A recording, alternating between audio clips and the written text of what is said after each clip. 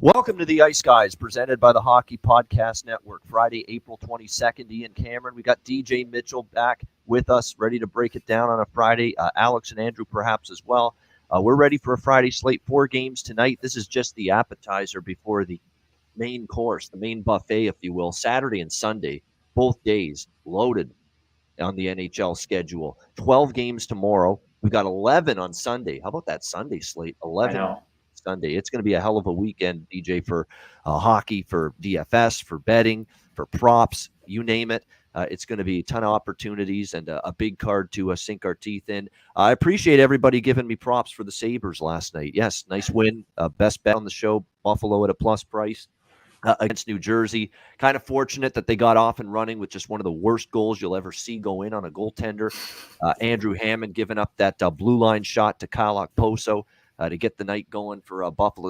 That's Andrew Hammond to the tits right there, where he can just absolutely rob the Vegas Golden Knights in a huge game for them, and then come back and basically stink it up last night against the Sabres. That's Andrew Hammond. That's why he's been, the backup mediocre goalie he's been for years. So thank you. Appreciate the kind words for Buffalo. Speaking of Buffalo, as you guys know, I mentioned this yesterday. I'm not giving out all the tidbits just yet, but we have some big name guests slated for the Ice Guys show during the Stanley Cup playoffs. One of the people that will be joining us actually is a former Buffalo Sabre. He's now retired from hockey. Casey Nelson will be joining us here on the Ice Guys show during the playoffs. I told him, hey, you were on the team when they were absolute shit. It was a shit show. It was a terrible team when you were on there. I don't hold it against you. It wasn't all your fault. There was a lot of other issues with that team. So just made sure he was aware. Hey, I didn't point the finger at him for everything that's been wrong with Buffalo the last 5 years. When he was there, it was like 2017, 18. Now it was just a terrible. I understand why he retired. As you know, DJ. Yeah. Oh God, that poor guy. He was really a tough stretch. I mean, yeah, it was like he retired and got into I think selling homes. He just was like, I'm done. Yeah, exactly. Real estate. If I was on the Sabres for a while, I probably would have been like, you know what, real estate license. I'm done. Yeah, exactly. Well, what do you want to do? Play for a horrible organization, or do you want to, real estate's a good business to be in right now? Live in Arizona like he is. Yeah, it's a pretty easy decision. Yeah.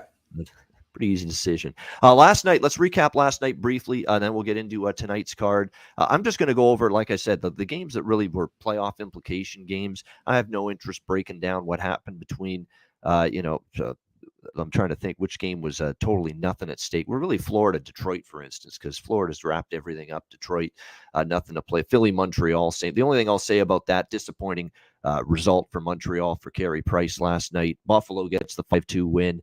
Carolina, the comeback win against a Jets team that's an auto fade for me the rest of the season. Disappointing, underachieving season. Not exactly a team that, once again, the Jets, when things fall apart, they fall apart. As soon as you see the tide turn, Winnipeg's had a couple games where they've gotten off to a good start and then it falls apart. As soon as you see the tide turning in a Jets game against them, you just bet the other team live because they just crumble when things start to go wrong and there's no pushback from the Jets. And we saw that last night. They got totally outplayed by Carolina in the last 2 periods last night. Rangers with a big 6-3 win against them. How about Andrew Kopp, a natural hat trick in the first period? That guy, and just an outstanding night, a great addition to the Rangers, and a good over bet once I found out it was Georgiev and Varlamov, your goalies last night in that game. So Rangers an overcash there. A horrible night for the Leafs. They get blown out by Tampa Bay 8-1. Tampa Bay brought a little something last night because Toronto went in there and shellacked them 6-2 the last time they played in Tampa. Tampa Bay gets some redemption there. Very chippy, feisty affair last night. And I know Leah Hextall's getting a lot of criticism again. She can't do anything right. She can't win with hockey fans. People think she's terrible at play-by-play. People think the question she asked Wayne Simmons in the interview between the benches was out of line, asking him if he's soft and waving her hands around. But hey, actually, I don't mind that question. A lot of the questions are boring, dull, fucking point, the same old dull, boring ass shit questions like, oh, what do you got to do in the second period to be better? And she just came out and straight shooting. Leah there, Patrick Maroon thinks you're soft, Wayne Simmons. My question is, are you? I didn't mind it. I didn't mind the question. People say it was out of line, but I think it keeps the broadcast a little bit more interesting. But 8-1, it was all Tampa last night, and then we saw Minnesota beat Vancouver 6-3. You keep thinking these back-to-back losses, DJ, for Vancouver are crippling for their playoff hopes, but Dallas keeps on tripping up themselves. So keeping Vancouver alive very much. Calgary beats Dallas 4-2 to clinch the Pacific Division. They might be a good bet against team in their next game against Vancouver, who are desperate for 2 points on Saturday. It could be a nice little fade spot of the Flames after wrapping everything up last night. LA takes care of business against Chicago 4-1, big 2 points for them. And the Blues keep pace with Minnesota, a 3-1 win over the Sharks. DJ, your thoughts on what we saw last night? Yeah, I mean, first off, hockey fans are a really interesting group. It's like they want more personality, they want more fun, they want all this stuff. They're like, I want to be like the NBA. Look how fun it is. And then someone does something they just, they can't stomach. It's like, I don't know, like either you want it or you don't. But I just don't comment on 90% of any of that because I just try to live my life not being angry at every little thing that happens in my sport. And I mean, should you ask that question at the second intermission? I don't know. It's not up to me. There's no rule book. So I do think it's funny though. The hockey fans are like, we just need more personality. We need some people like Charles Barkley. And then someone does like a thing like that. And they're just like, how dare she? It's like, all right, just shut up then. But yeah, overall, I mean, my 3 best bets as far as money lines were also Sabres, which I'm a huge homer. So, I mean, that's not surprising. I had the LA puck line, which should have boosted, I guess, because they won by 3. And then I like the over a lot in St. Louis. And no, of course, the game starts with 2 goals in like 5 minutes, and I'm just cashing my tickets in. I'm just like, all right, well, where do I spend this money now? And then then the Sharks just stopped playing. They just didn't even try. It was really not a good effort there. So nothing too crazy. I mean, the Stars losing, it hurts, but I don't think it's not quite dead yet. They have the easiest road, 4 home games, 3 of them against very bad teams. They have Seattle, Arizona, Anaheim, and the big one against Vegas, all at home. So I still think they'll get it done. I put a pretty confusing, maybe graphic tweet that I made myself of just what kind of is left to go over, and realizing that a lot of the West is locked up, but there's the interesting one storyline, while the East is a lot happened. So I do think that people at this late in the year might think, well, what do the Rangers have to play for? It's like, I don't know, the first spot, home ice basically throughout, except for Florida, seems pretty useful. So any team in the East with playoff implications outside of Florida really does have something to play for, which is interesting. Yeah, and I think for I think to be honest, the Rangers, I think there's a little bit of me that thinks that they might want that first place more than Carolina. Although Carolina, they played better the last couple games. We know it's been a rough couple of weeks for them, but there's no doubt they've played a little bit better here in this one. Razor Sharp Money Puck is talking about something that I love, and I know you love as well when it comes to props, when it comes to DFS and all that stuff, forming lineups. Puljujarvi out with an illness tonight for Edmonton. Yamamoto up to the first line with Kane and McDavid. You know what that means? We're hammering Yamamoto, scoring goals and points and all that stuff. We love those situations. He's not a great rate shooter by any stretch of the imagination. Trying to pinpoint what their power play is going to be is always a challenge. When he's on that first unit, he just kind of gets forgotten about more than anything else. So I would really need him there to hammer a goal, because he just isn't going to shoot a ton, but definitely to get an assist. And when you play with McDavid, anyone can score. Even Cassian scored a bunch of goals and got a new contract from it. So, I get it, but he's not like a mortal lock to score. Puljujarvi is a better shooter in general. So I did have that last slate, and him out tonight does hurt. Yeah, that's why I always do goals and points, because you sometimes you're not going to get that guy finding the back of the net, but you will get him assisting one of the other line mates on a potential goal. So that's definitely something you could see here. And by the way, when I look at the point props here, I'm going to just again, I talked about this with Jarvis yesterday for Carolina, which I loved.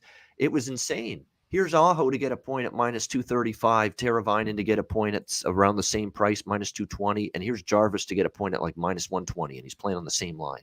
Same line. And those are the things you can find. Yep. The power play is always a little bit of a factor with that, and he doesn't get on that first unit. But I mean, it doesn't completely deter me a lot of the times, just because I know Jarvis is skilled enough to get it done, and he's still in the second unit, which Carolina, their first unit is going to get more run almost every time, but they do run 2 power play units for sure.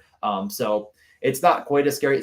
We see that sometimes with players that are legitimately fully correlated with a guy, which is a little more enticing. But Jarvis had 19 minutes. He actually led them at 5-on-5 minutes as a forward. I think actually Stahl may have just edged him out, but real close. So no problem there. Yeah, and again, we're going to just put this in the Edmonton perspective here tonight. It looks like it's going to be a Kane, McDavid, Yamamoto top line now for Edmonton with Jessa Puljujärvi out. And here we go at with the point differences. You're seeing obviously Connor to get 1 point, like a huge, an astronomical price, way north of -200. You've got Evander Kane on that line, almost a -150 to get a point.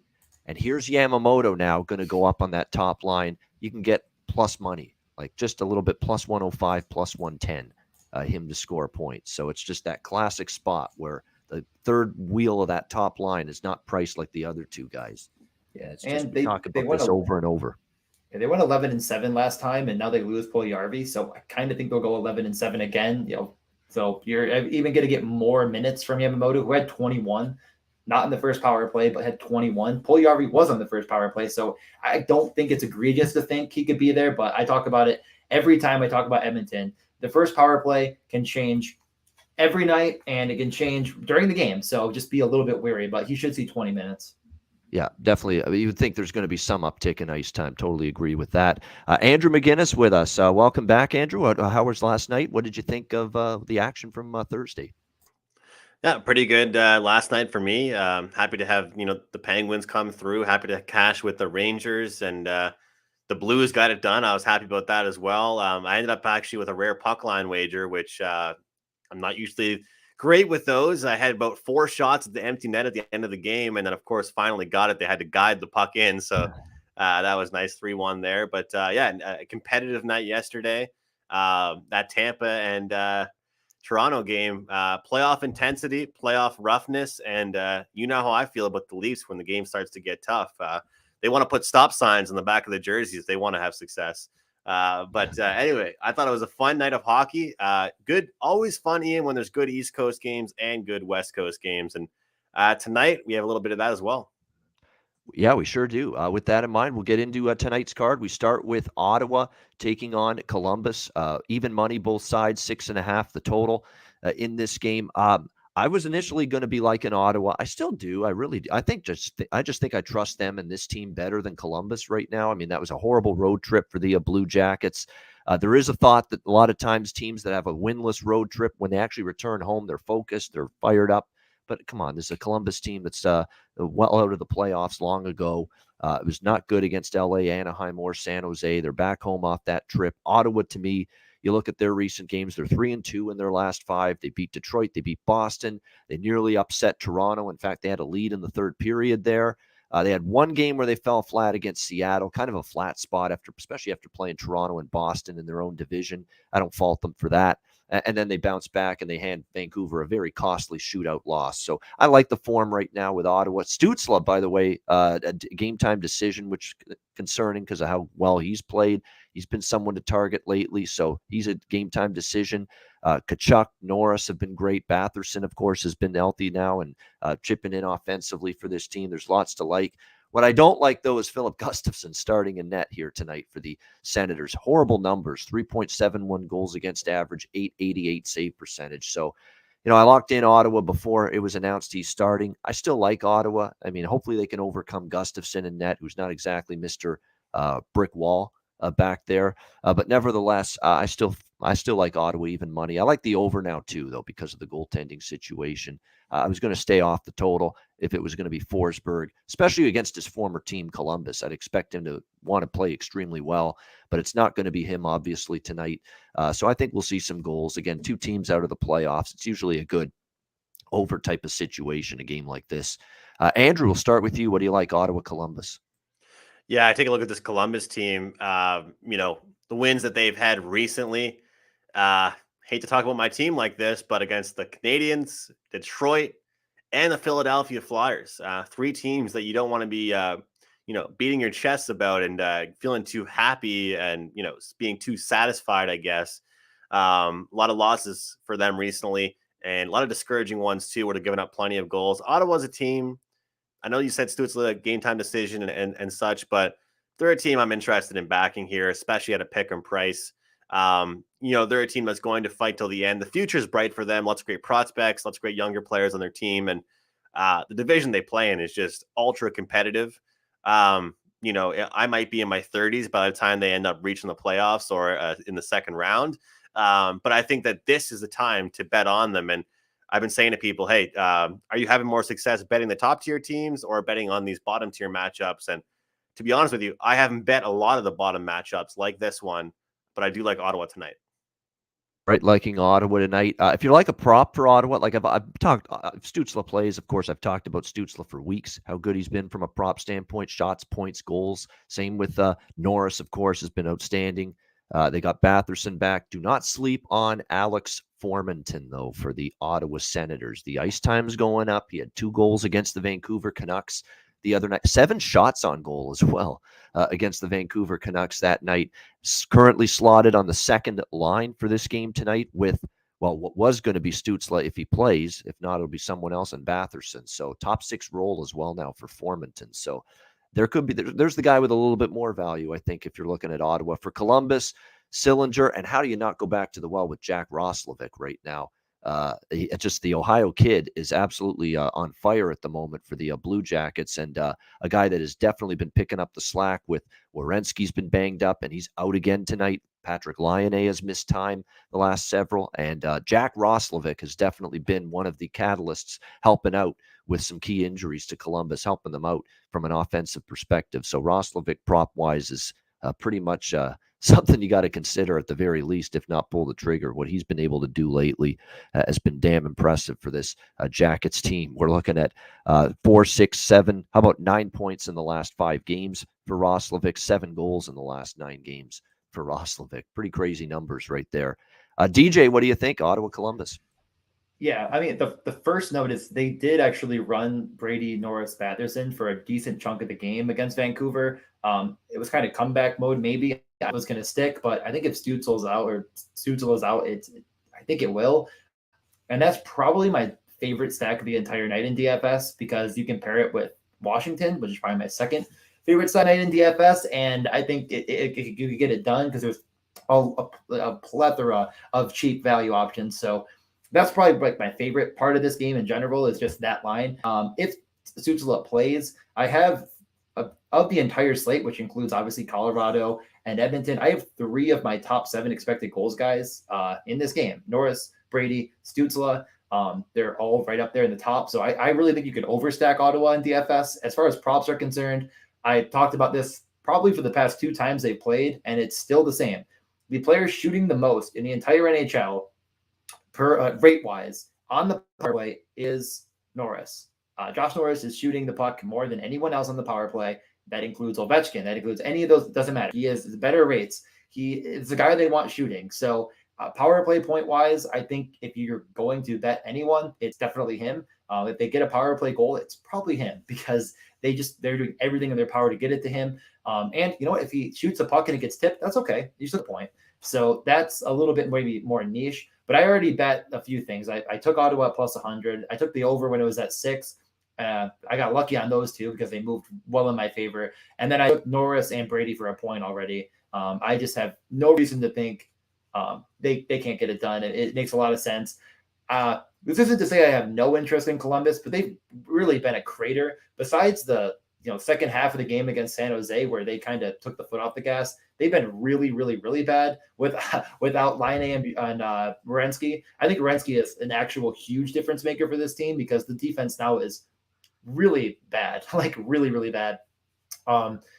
He drives so much of their offense and their puck movement too. Like Werenski was a lock for me for every shot prop for like a week or weeks when he's healthy. Now there's really no one. We'll see what the line shake out to be. It looks like they're taking Kent Johnson off the Roslovic line, putting him with Sillinger. That hurts his upside. I don't know if I'm going to get to anything strong here as far as a bet, but I bet Bjorkstrand quite often to score, and I don't think it's wrong here because Gustafsson stinks and. Like Roslovic has been scoring, but it's really not because of rates. It's just been because of Bjorkstrand being good at hockey. So either of them are fine here.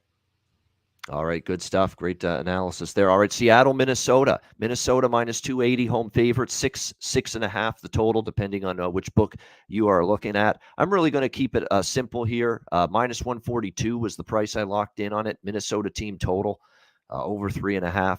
I don't hate the puck line either.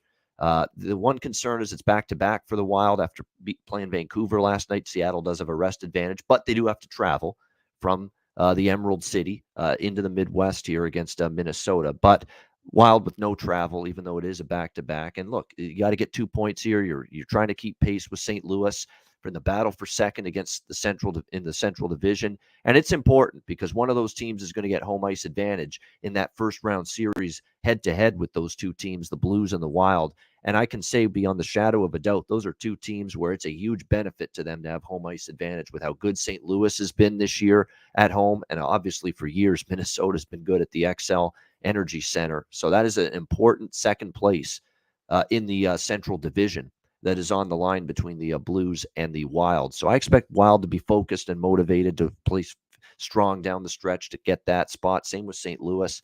And we saw them bounce back with the win against San Jose last night after losing to Boston in overtime the game before that. I would look at Minnesota here over 3.5. I know Grubauer's played a little bit better lately for the Kraken, but I think he's going to probably be challenged here against this Wild team that can that once again, DJ is back to scoring goals in bunches on home ice. I mean, you look at all the recent home games: 6 against Vancouver, 6 against Edmonton, 6 against LA. I mean, they have been lighting the lamp here.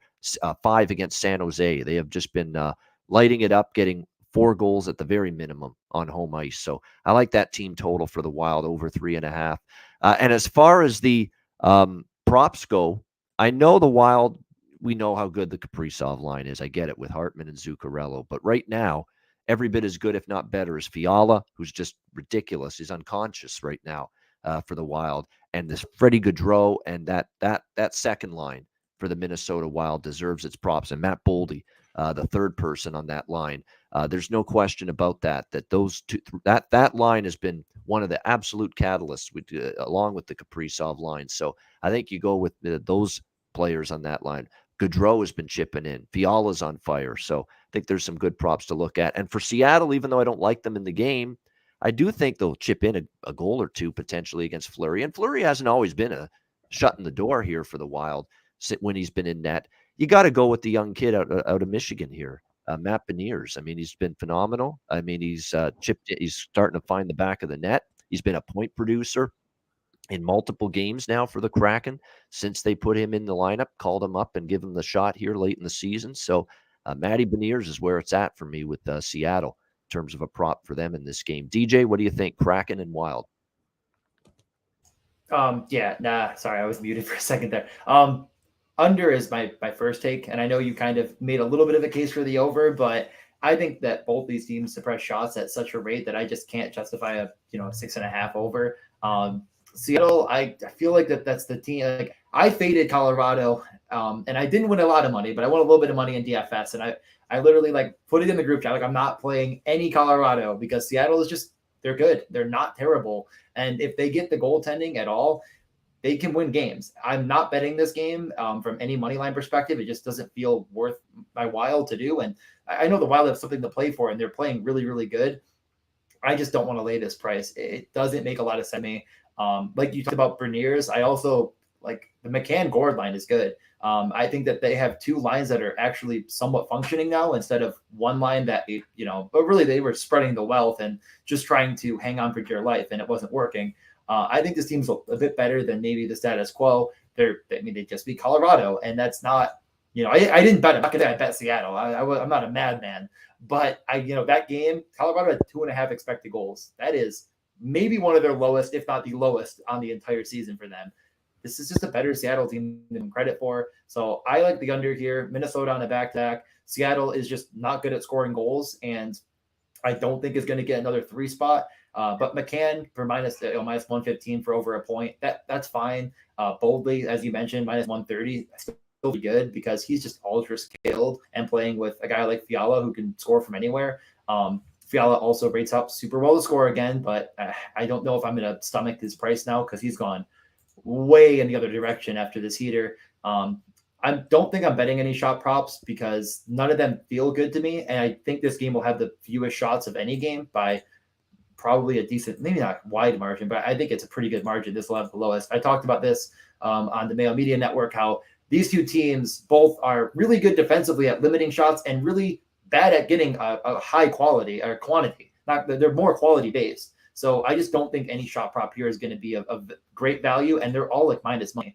So I'm betting the under here, and that's probably it. And then a couple of props, like I said, but I don't feel super strong. This game kind of stinks, and I will be fading it in DFS. Yeah, Boldy at 9 points, by the way, since he's returned from that little 4-game stint where he was out. 9 points in the last 7 games for him. So basically right now he's Boldy going where very few Wild have gone before. They just don't want to give him the ice time sometimes, and I don't know what it is. I don't know. Coaches are weird. It's like they can't score too many goals. Let's keep him off the ice. I don't know. So if they get up early, he might just kind of sit because he just doesn't seem very good defensively, and that's all young players. And maybe just coaches thinking their young players are bad. So just that's the only thing to worry about. Yeah, so he's come back. Like I say, he missed time in the first 4 games of April, and since then, like I said, 9 points in 7 games, Boldy for the Minnesota Wild. So goes without saying he's been chipping in. Andrew's back with us. Andrew, Seattle, Minnesota. Yeah, I mean, quite the win for Seattle, but was that a good win for them, or was that a checked out Colorado? We'll never know. Probably the latter of those two. But look, I mean, Minnesota, they know who they're playing now. And from what I've gathered, it's a matter of home ice. So this game does still have some importance to it. Kraken, they've got over a 3.5 goals against average on the season. Their give up goals, they're sloppy. And what they did against Colorado, I just don't think can be an expected effort defensively. I'm not saying they won't give us a good effort offensively. Minnesota off a big game yesterday. Like DJ said, not my favorite game of the day, but I do have a small play on the over here. I expect sloppiness on the part of Minnesota early on, which could lead to some goals for Seattle, but then Minnesota to eventually win this game. All right, we've got Colorado and Edmonton next up. Avalanche minus 120, road favorites, 6.5. The total, of course, we just talked about before breaking down the card that Jesse Puljujärvi is scratched tonight, won't be in for the Edmonton Oilers. It looks like Kyler Yamamoto is going to take that spot on the top line with Connor McDavid and Evander Kane tonight for the Edmonton Oilers. So a little bit of a lineup switch there. You look at this game and, okay, I said maybe they're just going to be in the Washington game. Well, I'll look at Colorado and say for one night, they're probably going to be lethargic, maybe a little bit disinterested after clinching number 1 seed in the Western Conference and home ice throughout the playoffs. But it was evident once again against Seattle, falling down 3-0. This is a team that looks like, I don't want to say mail it in the rest of the regular season, but they're clearly looking ahead to the playoffs. And you can see with what Jared Bednar is doing with the lineup. He didn't even bring Devon Taves onto the trip with them. They're just resting them back. Say, stay home, get the rest. Load management is a thing now in the National Hockey League here late in this season, and we're seeing them tweak the lineups. Guys are getting more ice time, the younger guys. Obviously, they're going to take it carefully with Rantanen. I think if it was a playoff game, he could have played the other night against Seattle, but they were careful with him. The point is Colorado is not a bet-on team for me these remaining games of the regular season, not at all. And I am on Edmonton here. At a nice small home underdog price and hoping I get the win I deserved with Edmonton the last time they played Colorado in Edmonton, where 50-36, I believe, were the shots for the Oilers. They were swarming the net. They were outplayed Colorado that night, and Darcy Kemper stole 2 points, and they won in a shootout. But Edmonton deserved better. And when you look at the mentality going into this game, for Colorado, this is get this game over with. We don't even know who's going to be in tonight. Rantanen could miss the game again. Erik Johnson might be out again. Like I said, they didn't even bring one of their best defensemen, Devon Taves, with them on this trip. This is get these games over with, and let's get the playoffs started. For Edmonton, they're playing for second in the Pacific, trying to fend off an LA Kings team that keeps winning, trying to nail down home ice advantage, an Edmonton team that knows they should have beat Colorado the last time they played them, totally outplayed them in that game, lost in a shootout. And it's always a measuring stick when they play Colorado. And I think knowing that they should have had a better result than they got the last time they played Colorado, there's emphasis for Edmonton to play well. And they are playing well right now. Very impressive run, shutting out Nashville, shutting out Vegas, putting the boots to Dallas, who desperately needed 2 points the other night. It's an Edmonton team playing arguably some of their best hockey all year. right now. I'll take him as a slight home underdog here. Andrew, Colorado, Edmonton. Yeah, it's not often you're going to see from Colorado what we've seen over the last 2 days or 2 games for them. You mentioned it. People will talk about the load management or at least the letdown spots in the NBA. Hey, we have to be honest hockey fans as well and say it's certainly happening in our league that we love as well. Edmonton, guys, just a few goals allowed in their last 3 games. Is the sky falling? Is the world ending? I can't believe Edmonton's doing this defensively. Look, I think that this is a sneaky overplay. And I think that we've seen Colorado just play poor hockey offensively and have to fight back into games. And we all know this happens. I mean, Detroit beat Tampa Bay the other day. I mean, Seattle beating Colorado. This stuff happens pretty much only in the month of April. And then every now and then when Buffalo decides to beat Toronto. But we don't see big upsets like that happen quite often. And I think that, after those 2 games, they're going to be refocused. Edmonton playing well defensively, but put these 2 teams together, put the star power these 2 teams have, and I think we're going to see some goals. I've been impressed by Edmonton's defense. Do not get me wrong. It's the plus 100 for Edmonton here. I can't talk you off it, Ian, but do you really want to take, and I'm not saying this at you, obviously, but just in general, do I want to take Colorado, or do I want to fade them after dropping 2 games in a row the way they did? And my answer is I don't, which is why I'm just going to expect goals here in this one. All right, liking the over. Yeah, I mean, that's fair. I mean, maybe Colorado does, stop the bleeding. We don't want to lose every game the rest of the regular season, but I thought, Seattle was a spot where we'd see that kind of response. We didn't see it. They woke up late, and that was but about they're a bad team, though, right? Yeah. So they'll probably want to wake up against a good team. But Edmonton, I think Edmonton's going to beat them tonight, quite honestly. They dominated Colorado last time they played them. But if Kemper does what he did the last time, that could be trouble. And I believe he'll probably be in net here in this game for the Avalanche tonight. Mike Smith, I mean, it finally gave up some goals against Dallas, but obviously still played well in that victory. And I still got to see it at playoff time with that guy, though. Prop-wise, just before we get to DJ, Nichushkin, I've talked incessantly about him. I mean, he's on the top line. He's been just rolling along. Obviously, the whole team was bad against Seattle, so he was quiet that night. But if you're going to look at anyone for Colorado, it's Nichushkin. Maybe Lehkonen now moving up to that top line, too, could be a consideration. Burakovsky on the second line, perhaps, as well. And then for Edmonton, we talked about it earlier. Take advantage. Yamamoto on the top line for the Oilers tonight. With McDavid and Kane, you're going to get a much better points prop number, a much better goal scorer price with him tonight compared to those 2 line mates, McDavid and Kane. And that's the kind of player prop situation I love betting when it comes to player props, the mispriced ones for a guy moving up the lineup like Yamamoto to the top line tonight. DJ, what do you like? Yeah, I mean, they're actually, like, right now, hopefully going to give us some news on Rantanen. I don't think he practiced, though, but I'm still kind of waiting on the exact result. But we have, minus 105 on Lehkonen, who was all over the ice. We had 4 shots on goal and 5 get blocked. So 9 shot attempts last game for Lehkonen.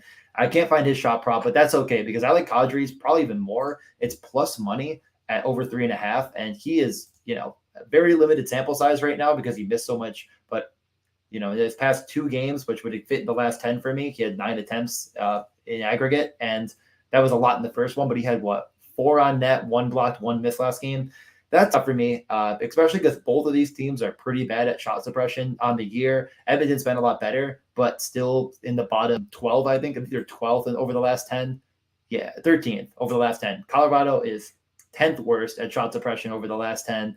And both of these teams are, I believe, 3 and 4 or 6 and 8 for shot attempts per game over the last 10. So I think there'll be a lot of shots here. Will the goals follow is always the question. That's why it's 6.5 because it should. But you can't, I can't be confident ever. It comes down to is Mike Smith going to absolutely crush us again? He had 40 something saves one night. He had, it's like, it can't keep happening. He can't keep getting away with this, but he is. Either way, I know load management, I agree, but it's not the same. Like load management in the NBA is like, oh, like LeBron James played 5 minutes. If you look at Colorado, who they sat some guys, Well, the top line still all saw almost 20 minutes of ice time. You know, Nurtushkin had 23 minutes. McKinnon had 22. So the guys that are playing are not being sat. And that was a game they were losing and they wanted to win. It wasn't like it wasn't a lack of effort. It wasn't like they're rolling out Strum, Newhook, and Myers for 25 minutes. You know, it was definitely that wants to win. So I think that I'm going to take multiple shot props here. I already said I'm taking, you know, Lehkonen if I can find it. I'm going to look. Sometimes they'll have it. Kadri for sure. I might put Nurtushkin, but his point prop is just better, I think, overall. Byram also got moved up to the top pairing with Makar. So if you can find him for a point at plus money, I'm totally fine with it. He should also be on the second power play. And then on the Edmonton side, we already talked at nauseum about him. He's not a good rate shooter, but he could likely get a point. So who's going to get those shots? Probably Evander Kane. He is over 2.5, feels real good at minus 165. And if you give me Leon Draisaitl 2.5 ever, I don't care what the price is. It's basically like, here's the money, just take it. It's very easy lay piece at minus 185. Like this guy's shooting 7 times a game on average. I don't really understand how they're pricing it this way. It's like they just think Colorado without Taves might suppress shots all of a sudden. It's like they lose their best like defenseman, and now all of a sudden it's like, oh, maybe they'll fix it. I don't know. The pricing's bad there, so I have at least 4. And Hyman too. I mean, it's kind of the last game that's really boosting. But he had, I believe, oh man, let me just pull it up. Why am I going to guess? I think it was over 10 shot attempts. That's a lot. Holy crap! 1, 2, 3, 4, 5, 6, 7, 8 on goal and 3 missed. So yeah, 11 shot attempts. That's a lot, and I really think he get over 2.5 again. I don't know. I mean, it's him and Draisaitl getting a ton of runs. So and this game just sets up really well for shots in general. So I'm going to be hammering all of those and hope this game goes for 80 shots, which I think it could.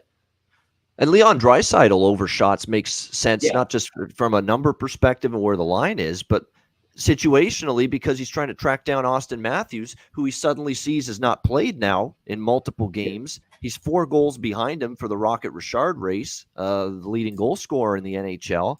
There's incentive there to catch Matthews. Yeah. It's going to be tough because I don't think Matthews is going to miss every game, but there's the door still open for Leon to maybe track him down. He's shooting on the power play. So it's Norris, Kempe, and Draisaitl really are the top 3 for who's shooting on power play, and it makes a lot of sense, and always right there as well. He's always right there. But it's just like, I think if you're playing this game, it feels like a game you want to try to game stack, and it's really hard to do in DFS. But if you're going to get one piece, I do think it's Edmonton. There's just a better concentration of minutes, I think, of those top guys. But it depends on Rantanen. If Rantanen's out, get a nice savings with Lehkonen. Also on the top power play. If Rantanen's out and you're not 2-3 units on Lehkonen point, I think you're doing yourself a disservice. He's getting 100% of his minutes with a guy named Nathan McKinnon, who's really good at getting points. Yeah, pretty good, I'd say. Yeah, Washington, Arizona, final game. Washington minus 400, road favorites. 6. It was 6. I got to change that. It's moved to 6.5, pretty much in most spots here. 6.5 the total across the board, and that's what I'm on here. I mean. I'm sick of talking about it day in, day out with the overs with Arizona, but it just keeps on. This is a dreadful defensive team right now. Absolutely pathetic defensively. They're very lucky they didn't give up more than 5 goals to Carolina the other night. They gave up 50 shots in that game. DJ uses that term, shot suppression. Arizona's never seen anything. They don't believe in it at all. The only way they suppress shots is because teams feel bad when they're up by 6. That was something I noticed is like they actually were trending a little bit better. And I was like, how is this happening? And it's, the team just stopped shooting in the third. So that they only do it out of pity. Yeah. This is definitely an over spot for me. What is it? 6 straight overs for Arizona. Look at the goals they've allowed. 5 to St. Louis, 5 to Vancouver, 6 to Vegas, 6 to Jersey, 7 to Vancouver, 9 to Calgary, 5 to Carolina, 4 to Chicago. I mean, they're just giving up goals in bunches. They can't keep the puck out of their own net. I feel bad for Vejmelka and Hari Sateri. It's not a Sateri problem. It's not a Vejmelka problem. This is just this team is debilitated from a roster standpoint. Depleted, shorthanded, gutted with the injuries. And some of their injuries are not only guys that put the puck in the net, but some good two-way players that are good defensive forwards. Their best defensemen in terms of shutting it down. Chikrin out as well. All the last several weeks. I mean, they just cannot defend anybody, Arizona, at this point in time. So Washington should get their share of goals here in this game. I also lean to the puck line for Washington. I've been betting against Arizona with -1.5 on the puck line. I just don't love the price tonight, and for enough to do it. I mean, we're talking -150 to -160 with the Capitals on the puck line, and I still have my issues right now with their defense at times and giving up goals, and whether it's Vanacek in net or Samsonov tonight. I haven't exactly loved their play in between the pipes lately for Washington. So this is going to be one of those instances where I'm actually going to probably lay off the puck line and just go with the over here, 6.5. And by the way, Washington 10-1 to the over their last 11 road games entering this one tonight. So that is definitely a strong recent trend for them. As far as props go in this game, not a whole lot. Like, there'll be some goals. It's just I'm not crazy about anything from a prop standpoint. I mean, Connor Sheary's going to get some runway on the second line, which is a little bit of a move up for him. So maybe there's a little value there for him from a prop standpoint for Washington in this game. Now, Nick Ritchie could be out tonight for the Coyotes as well. So that's going to put more emphasis on Schmaltz and Hayton. Those are two guys that I would probably count on if I'm going to get anything out of Arizona. Hayton actually has kind of stepped it up lately, and he's getting top line minutes now for the Coyotes. It's not like they have anywhere else to turn. But Barrett Hayton with a goal in the game against Chicago, and now he's going to get more minutes, more ice time. You see, top line the other night, all of a sudden he goes from 17 minutes to 20 minutes on the ice. So Barrett Hayton probably for Arizona might be the most value you get prop-wise with them tonight. But I like the over here in this game. DJ, what about you? Washington, Arizona. Yeah, the over is totally fine. I just don't.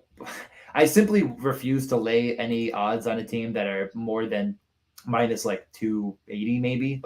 So I just don't have any interest. I get the puck line; it's doable. I mean, in a vacuum, it makes a lot of sense. But if you're giving me plus 175 for Ovi to have 2 points, I'm just going to take that. I'd rather go for a bigger coin than go for like a little something on the side. Yep. This is an Ovechkin that's trying to track down Gretzky. This is an Arizona team that takes a lot of penalties because, well, they're really bad and they just don't have NHL players. I mean, they just, like you mentioned, they might not have Ritchie. Well, they also, Jay Beagle's really not an NHL player anymore. He's gone too now. So they're really without it's crazy to watch this team go from very, very, very bad to absolutely like not an NHL team. They're unrecognizable. If you look at the starting of the year roster to now, this is their ninth. They have a ninth guy coming in, or eighth or ninth guy coming in for an NHL debut. It's pretty crazy. There's no one on defense that's any good at defensively at all. Like Gostisbehere is okay, but not good defensively. Some people think Dineen might be something, but they only give him 16 minutes anyways. So there's really no reason for me to think that you can't jam Ovi in every capacity and feel really good about it. That kind of plus price against Arizona just feels kind of crazy. And then for shots, I also love John Carlson, plus 115 for 2.5. They give up a shit ton of shots to defensemen. I think the points, over 1.5 points with him is a good look too. Carlson, and to score at plus 310, Carlson. I think that's great value there. Those feel real nice. So I'm really high on Carlson in general. And I also just think that this game's going to get overlooked in DFS. I don't know what it's going to end up at, but overstacking is definitely going to be in my mix, like a good 5-6 man. And it's not that expensive. Like you go with Kuzi, Ovi, Wilson, Carlson, maybe even throw in a guy like you mentioned, Sheary or Oshie, who's actually on the top power play.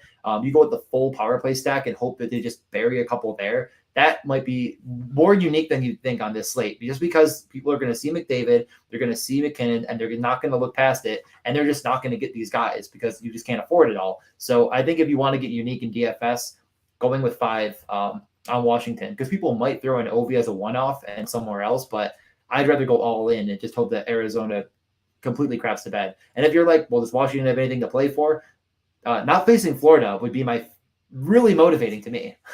Be very motivating because if they win this one, they might get above Pittsburgh. It's right. I think they're 1 point back maybe with a game in hand. So I think they would put them ahead.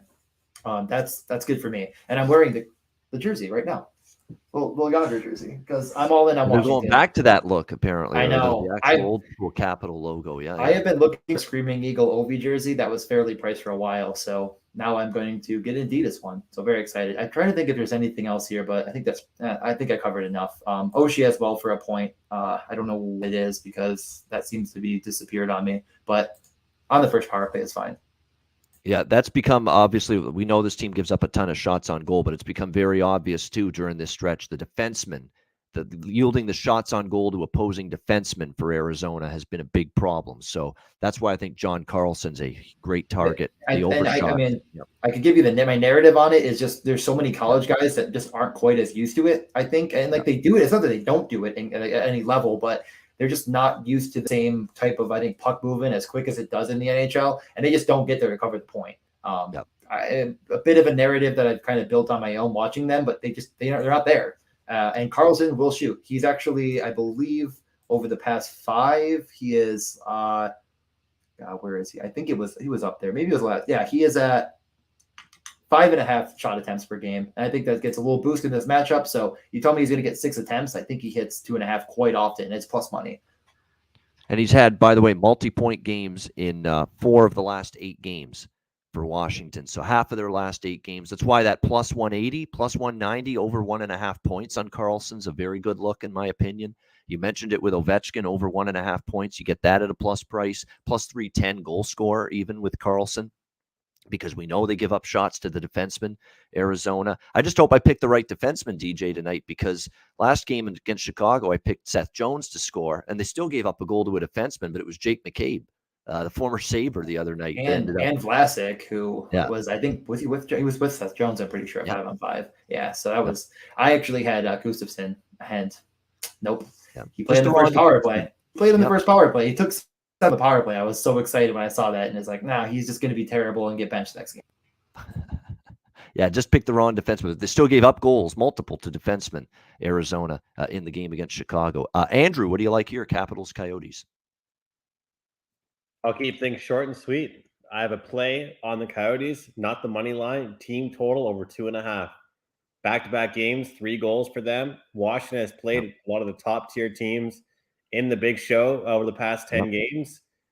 I think that if there's ever a time for us to see something out of the Coyotes, it could be tonight, and love seeing a 2.5 team total at a plus price. So hold your breath, and let's get 3 goals here for the Coyotes. Well, yeah, they have perked up. I mean, 3 goals back-to-back games against Carolina, Chicago, and that's part of the thinking, too, over 6.5. I don't think Arizona's getting shut out here at home. You know, they've at least put up a fight offensively, 2 back-to-back home games against the Hawks and the Hurricanes. So, yeah, I do think there's a chance for them to contribute to the scoreboard tonight, no doubt. All right, great stuff with DJ and Andrew on this Friday edition of the Ice Guys. Hit the like button. Make sure you do that. It helps us out. And before we get to best bets, DraftKings Sportsbook, official sports betting partner of the NHL, and our great our partners here with THPN and the Ice Guys. A reminder, you bet just $1 on any NHL team as a new customer. You get $150 in free bets if they win. If DraftKings Sportsbook isn't available in your state yet, you can still play for huge cash prizes with DraftKings Daily Fantasy Hockey Contest. DraftKings giving all new customers a free shot at millions of dollars in total prizes with their first deposit. Download the DraftKings Sportsbook app now. Use promo code THPN. Bet just $1 on any NHL team and win $150 in free bets if they win. That's promo code THPN at DraftKings Sportsbook, an official sports betting partner of the NHL. Must be 21 years of age or older. Must reside in a DraftKings Sportsbook state. New customers only. Minimum $5 deposit. See restrictions apply. See DraftKings.com/sportsbook for details. Gambling problem? Call 1-800-GAMBLER. Download the DraftKings app. Sign up for an account. Use the promo code THPN. Great stuff. Before we get to best bets, too, we do want to acknowledge a very sad day in the NHL, the passing of Guy Lafleur, a legend with the Montreal Canadiens, an outstanding career ambassador. He was always connected to the city, the community, the organization. You'd see him at countless Montreal games, whether it was at the Montreal Forum after he retired, the Bell Center after they opened that building. Just an outstanding career. Obviously, 650 goal seasons. The wonderful hair that he had. He had the best hair in the NHL back in the 70s when he played, flying down the wing, the hair flowing, no helmets back then. Just a wonderful thing to witness. Just a terrific offensive player, phenomenal goal scorer, and yes, class personified from the very beginning with Guy Lafleur. A legend with Montreal, 5-time Stanley Cup champion, all 5 of those Stanley Cups in the 70s, which was just a golden era for the Montreal Canadiens. And unfortunately, at the age of 70, circumstances out of his control, we have to say goodbye to Guy Lafleur. Sad day Rest in peace, Guy Lafleur, the Flower, and thoughts and prayers, condolences to everyone that knew him. A very sad day for sure in the NHL. I know, Andrew, you're a Canadiens fan, and obviously, Guy Lafleur, obviously way before your time, even before my time, but someone you've seen in highlights, I'm sure, and from the past, and obviously you've seen him at Montreal games. I mean, the camera has shown him a bunch of times, connected with the organization all these years and the franchise and the community of Montreal. Just a really sad day for the Canadiens organization and for the hockey world. Absolutely. I kind of, something was up when they put out a statement earlier this week about people, respecting the privacy of the Lafleur family. And it's just tragic. I mean, and you mean the hockey world is losing a lot of big names and really special people to the game.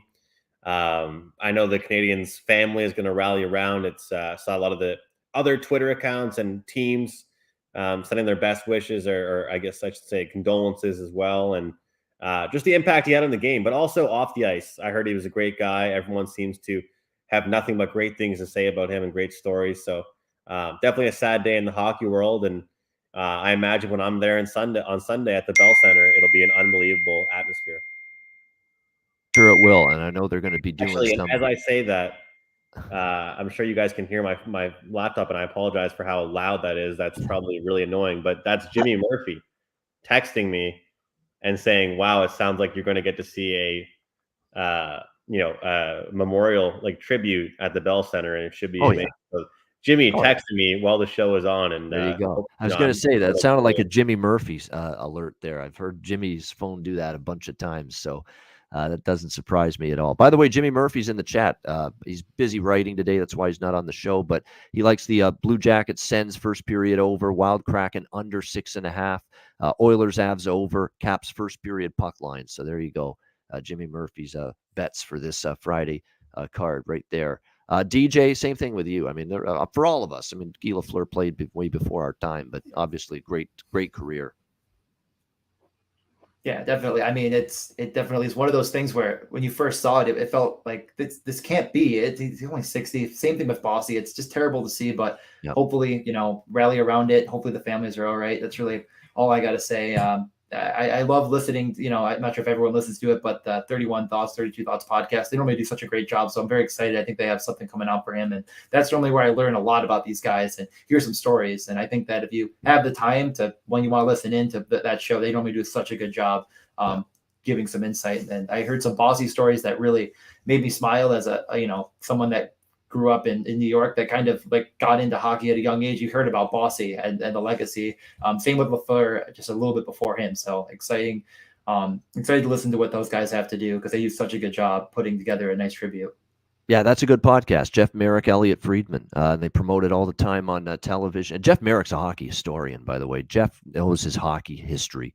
He's great to listen to with that kind of stuff. And Elliot, of course, too, gives you a lot of good tidbits as well. He knows his hockey too. He's not just some guy that reports on trades and signings and all that stuff, firings and all that. He knows hockey. He loves the game. All those insiders do, whether it's Elliot Friedman or McKenzie when he was with TSN, Drager on all those guys, Pierre LeBrun, they all love hockey.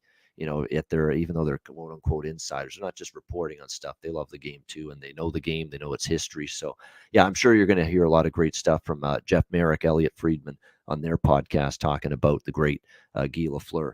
No question. All right, we'll wrap it up. We got best bets here to wrap up the Friday edition of the Ice Guys. DJ, we'll start with you. What do you like for best bet?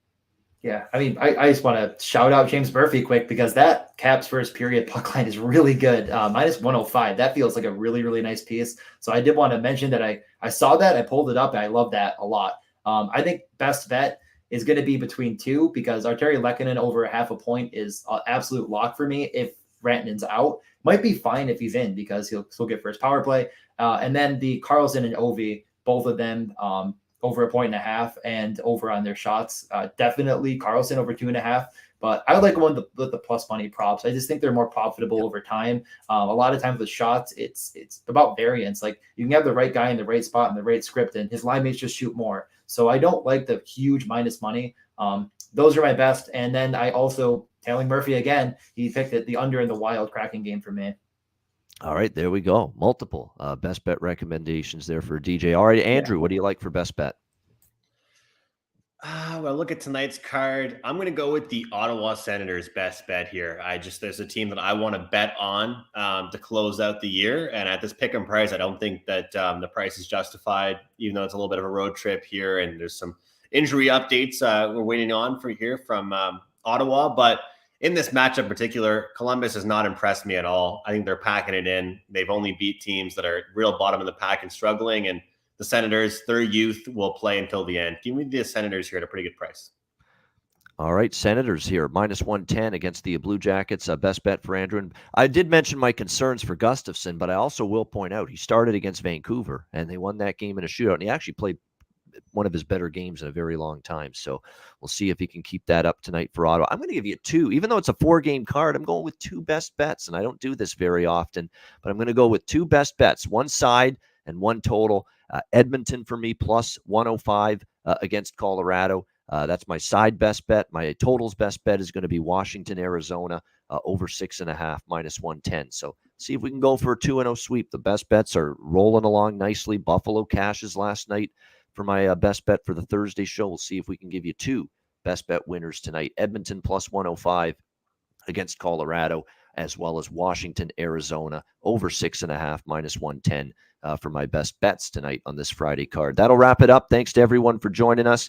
A reminder, the Ice Guys is live 7 days a week, Monday to Friday, 2 p.m. Eastern, Saturday and Sunday, noon Eastern. If you can't watch the show live, download the Ice Guys podcast in audio form on all major podcast platforms, Google Podcasts, Apple Podcasts, Spotify, Stitcher, iHeartRadio. Download the Ice Guys podcast when you can't watch the show live. For Andrew McInnis and our special guest, DJ Mitchell, I'm Ian Cameron. Have a great Friday night. Enjoy the games and good luck. We'll talk to you again tomorrow on Saturday for a weekend edition of the Ice Guys presented by the Hockey Podcast Network.